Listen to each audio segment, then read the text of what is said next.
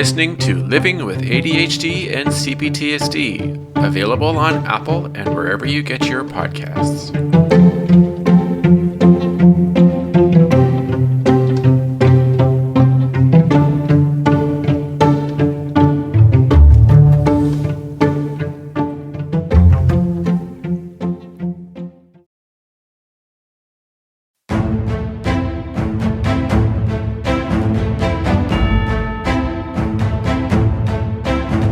Hello and welcome to another episode of Living with ADHD and CPTSD. Today's episode is going to be an ADHD episode, of course, and we are going to talk about distracting and getting distracted. So, as a lot of us know who have ADHD, of course, we get distracted easily by many, many different things. You know, it can be anything. It can be the person walking by, it can be the noise, it could be something suddenly flying by you, an object that's just happens to be showing up, or even something that's always been there. And getting distracted is a very common symptom of having ADHD. The thing is because of it, we often lose the ability to stay with a conversation or keep following what we're watching or what we're listening to or what we're working on. And sometimes even getting distracted could be the meaning between completing a task and not completing a task. And the thing is when it happens, we don't necessarily realize it. We're not aware of it at first, which is too bad, because to be honest, if we were aware of it, then we wouldn't allow the distraction to get in our way and stop us from completing what we're doing, or moving on to the next task or the next thing that comes up without finishing the previous project or task that we've been working on already. So people on medication, when they have ADHD, it greatly improves the ability to stay focused on what you're on or what you're doing, instead of having much better odds that you're going to get distracted by any sort of unusual thing that occurs.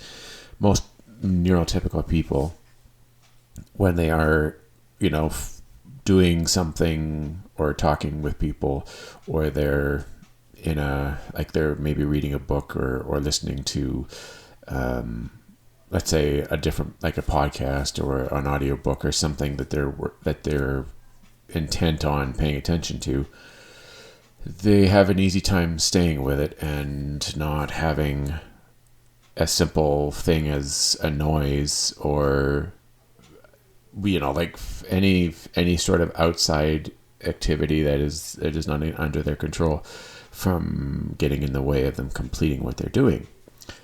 But of course, someone who's ADHD and has a hard time staying focused and concentrating on one thing at a time, it is easy for us to get distracted and forget, especially if it's a big distraction.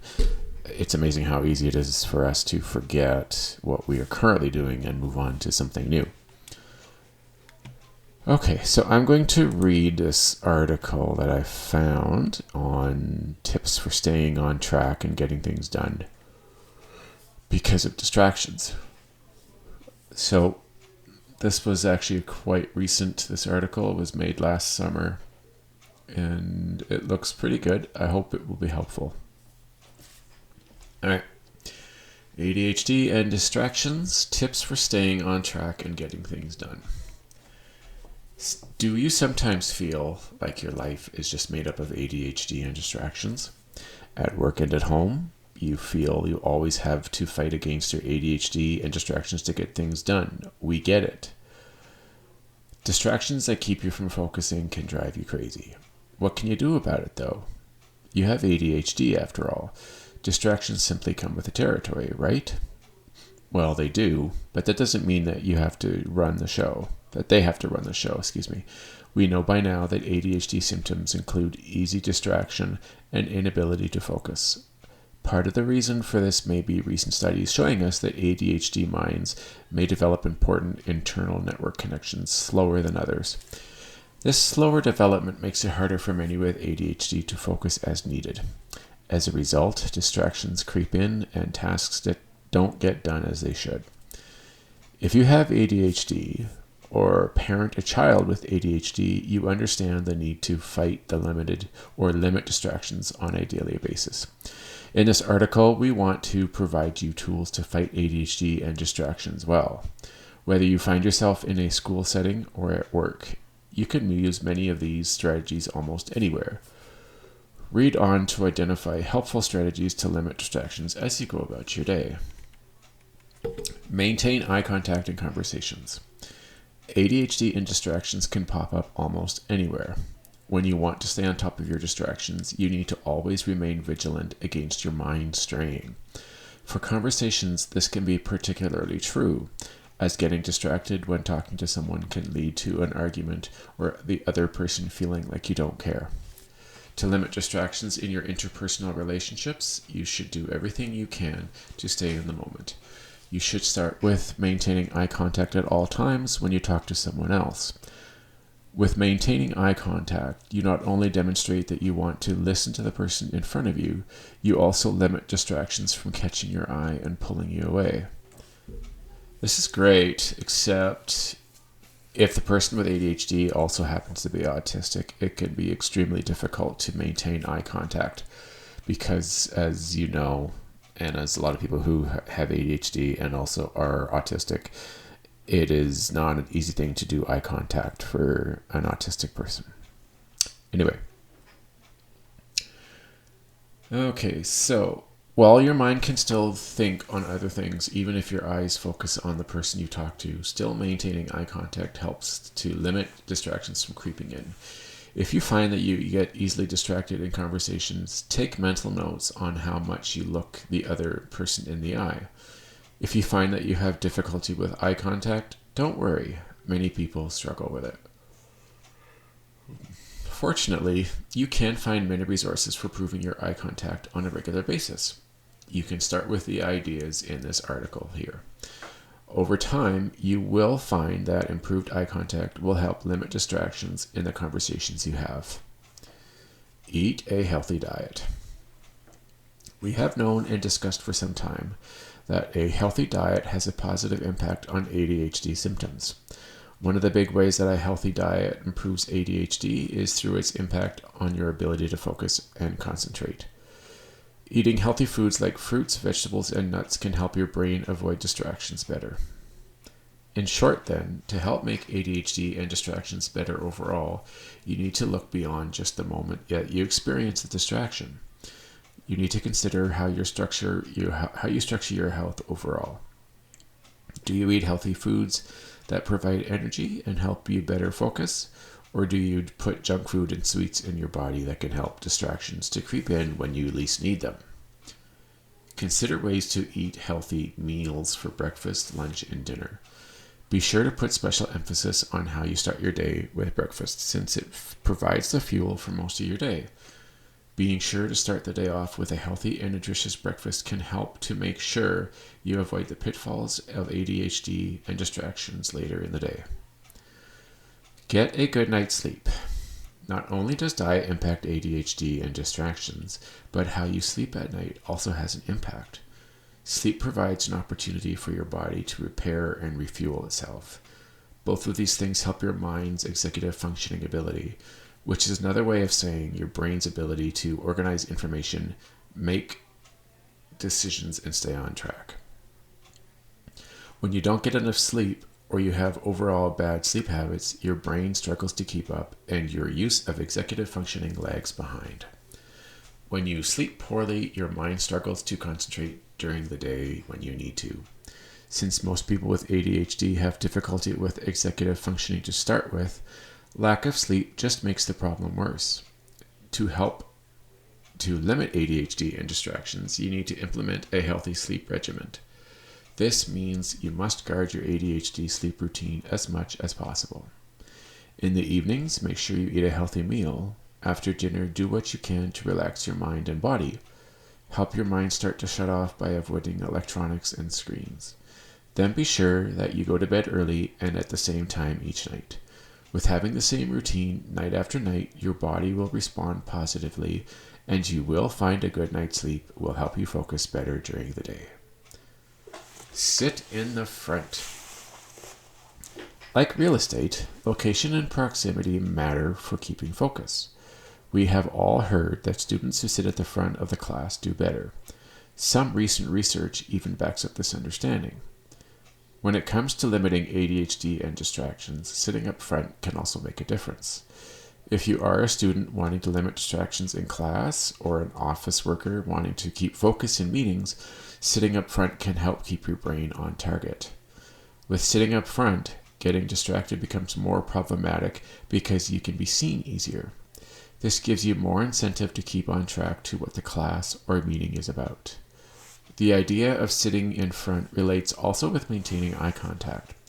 As with eye contact, sitting closer to a speaker or what you need to pay attention to limits the opportunities for distraction to draw you away. This limits your field of vision for alternatives for your brain to go towards. As a result, you can pay attention better and for longer periods of time. Get someone to help you stay on track. Many times we fail to keep ADHD and distractions in check because we don't have anyone to help us stay on target. To help you succeed in your fight against distractions, you really need to get support from others around you. If you have a specific task to complete, enlist an accountability partner to check in with you regularly to make sure you complete tasks on time. If you want to fight distractions while at the office, ask your coworkers to provide this accountability. Have someone close to your desk ask how you have made progress once an hour. Alternatively, you can have someone, maybe your spouse or a friend, text you every few hours and make sure distractions aren't keeping you from getting things done. Simply knowing that you have someone checking in on you can provide the motivation you need to avoid distractions. Going it alone, whether in trying a new workout routine or quitting smoking or fighting distractions, rarely works for most people. To give yourself a fighting chance against ADHD and distractions, get someone to help provide support. Making use of fidgets. We oftentimes fall victim to the effects of ADHD and distractions because our minds won't slow down. As a result, we have restless energy that we struggle to get out in appropriate ways. This restlessness contributes to the hyperactivity of ADHD. Many parents know this restlessness well and understand that it can pull kids especially off focus if they can't release the energy in productive ways. A simple, easy way to help release energy before it turns into a full-blown distraction can be through the use of fidgets. Many times we think of fidgets as toys for children. While fidgets can provide relief for kids squirming in their seats, they can also help adults with distraction at home or in the workplace. In a work setting, fidgets can be something as simple as a stress ball or even a ball and hoop on the back of your office door. These items should give you a momentary chance to release stress and energy without pulling you away completely from your work. If using fidgets, think of items that you can work with your hands, feet, or mouth that won't require your direct attention. For example, chewing gum provides a great simple outlet and can act as a simple fidget for any environment. If you have ever tried fidgets and need help on where to begin, try starting with this article on the types of ADHD fidget toys. I will put that article in here. Find something that might work well for your personality and give it a try today to limit ADHD and distractions. Okay, next thing. Write down your distracting thoughts. Another great way to limit ADHD and distractions during the day involves getting your distracting thoughts out through writing them down. Many times you end up distracted because you can't let a particular thought go. You try and try to get back to your work, but over and over again, your mind goes back to that unfinished task back at home. To limit distractions unrelated to your task at hand from overwhelming you, you should use a scratch pad. On the pad or notebook, make a list throughout the day of all the unrelated tasks that jump into your mind. As things come into your mind, simply write the items down. Then, as soon as you write them down, forget about them until after you finish work. When you get home later, you can then review your list and complete the items you still need to do. This method of containing distracting thoughts should provide you a quick and easy way to get rid of the thoughts that normally nag you throughout the day. Eliminating helpful nagging thoughts will help keep you on track when you need it most. Writing down distracting thoughts makes the list of strategies to get rid of distractions from this article by entrepreneur.com. Make use of this strategy to help keep your focus when you need it. Listen to music when you really need to focus.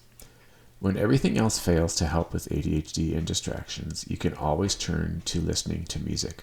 Well, heck, I just talked about that last week. Evidence shows that listening to specific types of music can help your brain concentrate better. Not only can music help you focus on a topic in general, studies have also shown that it can help increase productivity at work. With this being said, though, the music you listen to still matters. You need to listen to something that won't pull your attention away from your tasks, but rather will help you eliminate other distractions. Good options might include classical music or instrumental pieces. Additionally, when listening to music to concentrate, be sure to be conscientious of others working around you. This can be especially true at work or school. Use headphones to limit the sound dispersion, prevent distractions for others, and help you stay on track with what you're working on. In general, listening to music provides benefits for your brain and for those with ADHD. In general, you should try to listen to music on a regular basis. This can help improve concentration and ADHD symptoms on a daily basis. Use many types of tools to keep ADHD and distractions in check. ADHD and distractions don't have to run your life. Even if you have trouble with staying on task on a regular basis, you can use many types of tools to try to keep your attention where it needs to be. We hope that this article provides you with a few tools to help you do just that. Distractions come at us in all different shapes and sizes and at all different times and places. This means we can't always use the same strategy in every setting. By having many tools and different types of support, though, we can set ourselves up to succeed when distractions come your way. Ultimately, though, distractions act just as one of the many symptoms of ADHD. We want you to use the tools provided here, but we also want to help you find support in every area of treating your ADHD. Use the strategies here as just some of parts of your comprehensive ADHD treatment strategy.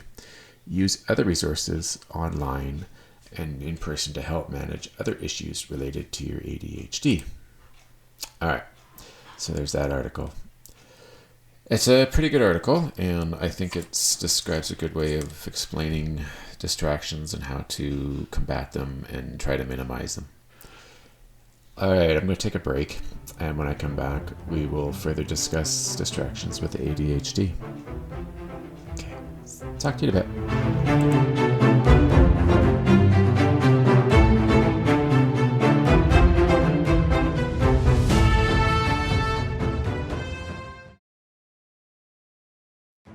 I have another article that I want to read. This is a bit different, but it actually should be more helpful for trying to understand why we get distracted and why we struggle with it. Okay, so this is another article, kind of like in the first person. All right, so recently I was interviewed about why adults with ADHD struggle with distractions, and I thought you'd find the information here helpful. Why do ADHD adults struggle with distractions? I believe that the title ADHD is a misnomer. A deficit of attention is just one of many symptoms of ADHD. Well, that's obvious. At its core, ADHD is a deficit of brain stimulation. Not to get too technical, but it's a deficit of stimulation of the neurotransmitter activity in our brains. These neurotransmitters are what help you do things like focus, organize, and follow through. The ADHD brain is always on the lookout for something more stimulating than what it's doing at the moment. The constant search for stimulation shows up as distraction. Anything and everything can distract an ADHD adult. Sound, movement, physical sensations, ideas, thoughts. Where do you see ADHD adults struggle with distractions the most? Technology is a huge distraction for clients. The internet is like Alice in Wonderland, falling down the rabbit hole. One link leads to the next. One flashing image on a web page captures their attention and off they go. Checking email, the lure of Facebook, smartphones beeping and flashing, games on their phones. My clients are more apt to get diverted when they shift from one task or activity to another. We call them transitions. Simple changes like getting to work in the morning, returning to work after lunch, or coming home at night are times when adults with ADHD are more vulnerable to distractions. Distractibility soars for ADHD adults who don't take good care of their brains. That's why I teach my clients how to help their brains work better through things like diet, exercise, sleep, and mindfulness. You can't neglect brain care if you want to live more easily with ADHD. What problems do distractions cause for ADHD adults? Distractibility causes many problems for people with ADHD. Distractions cause trouble at work. Projects take too long to finish. Deadlines missed. Priorities and clients get neglected. Troubles ooze over into home when people have to work late to catch up. Things like keys and wallets get lost when our attention gets pulled off task onto something else. I lost my yoga mat at the gym the other day because I got distracted by an interesting conversation with another woman in the locker room. Clutter builds when ADHD adults get diverted and don't finish what they were doing, leaving a trail of unfinished tasks behind them. Reading comprehension suffers when you can't read a paragraph without looking up from the page. That's something that happens to me a lot. We don't get enough sleep because we have to get things done in the middle of the night when the world is quiet enough that we can finally focus. In college, eons before I knew about ADD, I often got up at 3 a.m. since it was the only time I could focus enough to study. Relationships suffer when ADHD adults can't stay focused on conversations. Many ADHD adults have perfected the art of what I call fake listening. That means pretending to be paying attention when they're not. When our friends and loved ones catch on to our tricks, they think we don't care about them.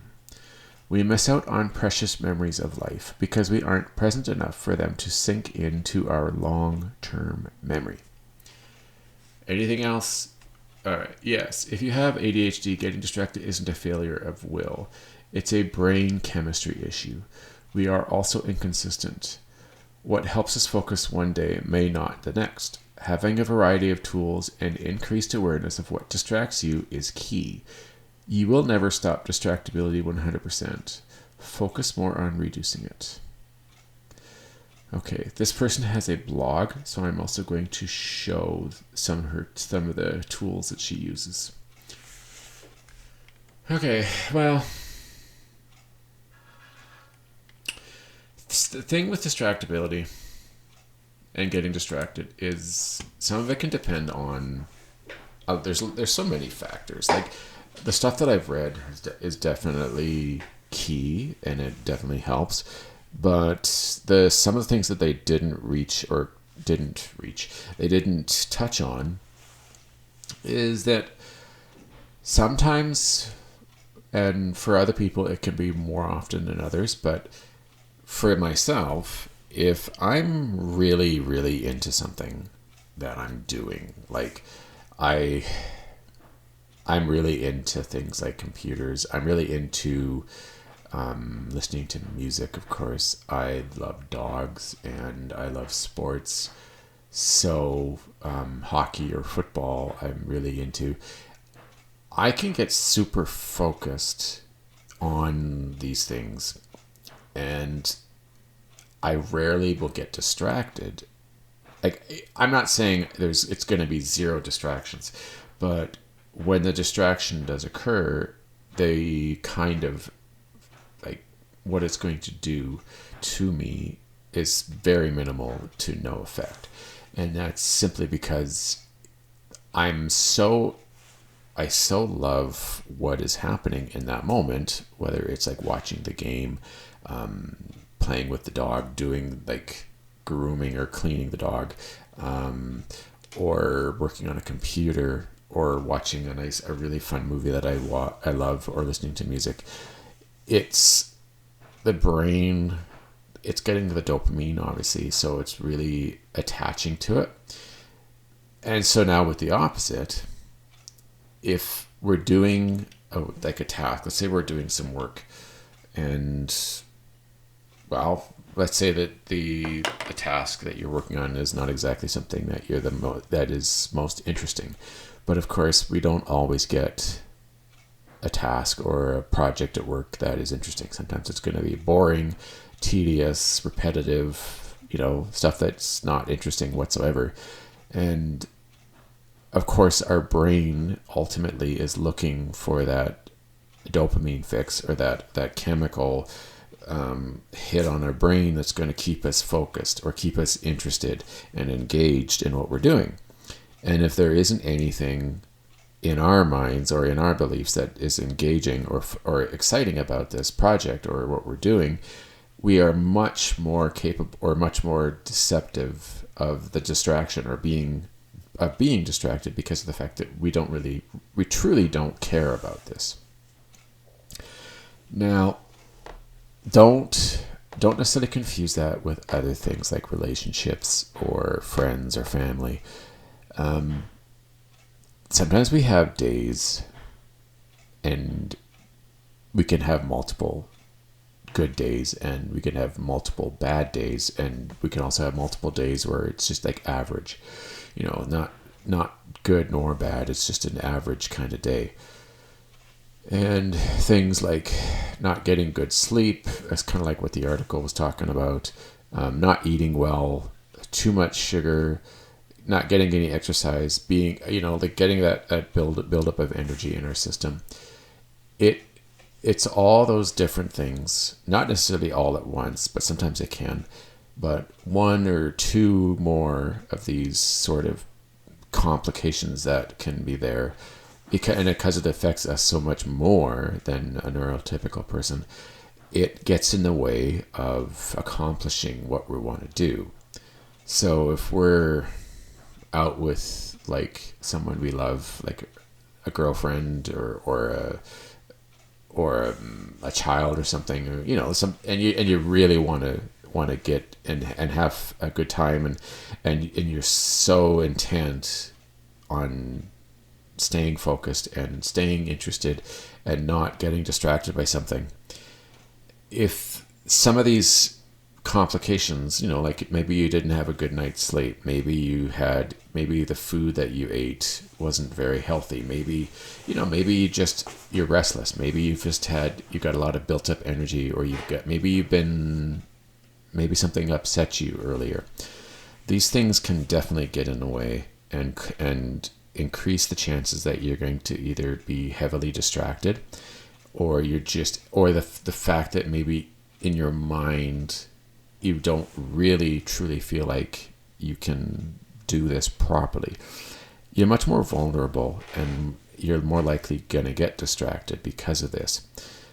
Some people, if they're on their medication, obviously it's going to be easier. But just because you're using the medication does not automatically guarantee that you're just going to be able to overcome this. If everything is right, like if you've got great sleep, you had a great breakfast and lunch, and you're feeling energetic, and and you're having a good day and you haven't had any stress or anxious moments and you're feeling happy, like everything just is going as planned, all smooth, no ups and downs and no stress, then you're much more likely to be capable of staying on the task or staying focused with who you're with and enjoying the activity that you're doing. It is difficult. Like, I'm not saying you're not going to have you're not going to have any distractions whatsoever. You're going to be perfectly focused every single time. Even people who don't have ADHD are going to get distracted. They're going to, the difference, like, I'm just going to explain here. They're going to see something, like you could be at a concert, like maybe you go to orchestral concerts, like classical music, or you like to listen to like shows where, like an opera, just for example. A lot of people can easily get distracted by a sudden flash of, like, maybe some light, or maybe they see something out of the corner of their eye. They look at it and they get distracted for a moment. But the difference is that their brain is able to, like, kind of like give them that, okay, yeah, we saw it, interesting, or whatever, and then you go okay, and then and it tells you to go back to what you're on, what you're doing. And so that distraction lasts a couple seconds, maybe a few more if it's really interesting, but you do go back. You're not going to get caught up in it. Where someone who has ADHD, especially if they're not on medication or they're not having a good day, they're way more likely that they're going to get not only distracted by just like those, like the sound or the light or the person's head or something. There's going to be all these other things. Like, I know I've had it happen a number of times where I've been at something, like it could be a sporting event, it could be a concert, like an orchestral concert with our this, your eyes, you're watching the show, and you are listening to it, and you're focused on it, but my eyes are catching all these different things. Like, I'm always looking at the lights, I'm always looking at the panel in the background behind the band, I'm looking at all the different instruments, I'm focusing on the conductor, I see people in the seat, so I'm looking at them and I'm going, my brain kind of goes, interesting. It's like you're studying them, and you have many thoughts. And I didn't say many as in multiple, I had said many as in small, repetitive, many thoughts that are appearing in my mind. And I have a number of times noticed where I suddenly kind of forget for a brief moment the music, and I might miss something, even though it's like I am trying my hardest to listen to it and stay with it. I do get distracted because I don't have, there's not like there's a reason. Like, I can't say because I was this or because I'm thinking that. It just happens, like you're doing it, and there's no forethought, there's no reason, there's no actual, like, I couldn't write down, I got distracted when I was at the concert because the person in the aisle was really interesting and had a very odd colored shirt, or you're not going to have a story that's going to be there to explain why you were distracted. Your brain just picks up on these things. It's like that current thing that you're watching or you're listening to, it entertains the mind and creates the dopamine effect for, I don't know, minute, 5 minutes, 10 minutes. It's just giving examples of numbers just for the sake of the conversation. But it's like all of a sudden the level of dopamine drops and it's waning, and the interest level just isn't there as high. Like, it's still there, it's just not 100% like it was at the beginning. And something so your brain's kind of like going and saying, I gotta find something. It's like super quick, and it's thinking, and it's just on edge, and it's going, okay, I gotta find something. I gotta look for something that's interesting. Gotta find something that's fun, that's gonna give me a dopamine hit.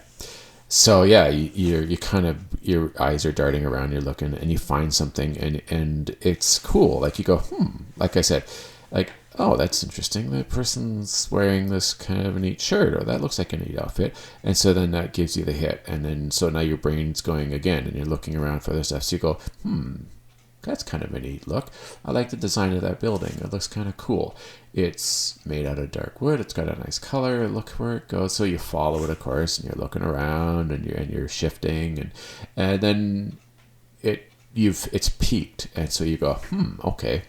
So you're looking at different things. Like, it's the thing, it's like, I'm looking at the orchestra, and I'm going, look at that. There's 3 trumpet players, and you look at the trumpet players, and of course you're noticing the people who are using the instruments, and you're thinking about them, and you're making comments to yourself and about each person and what they look like, or how their hair is done, or like it's different random weird thoughts.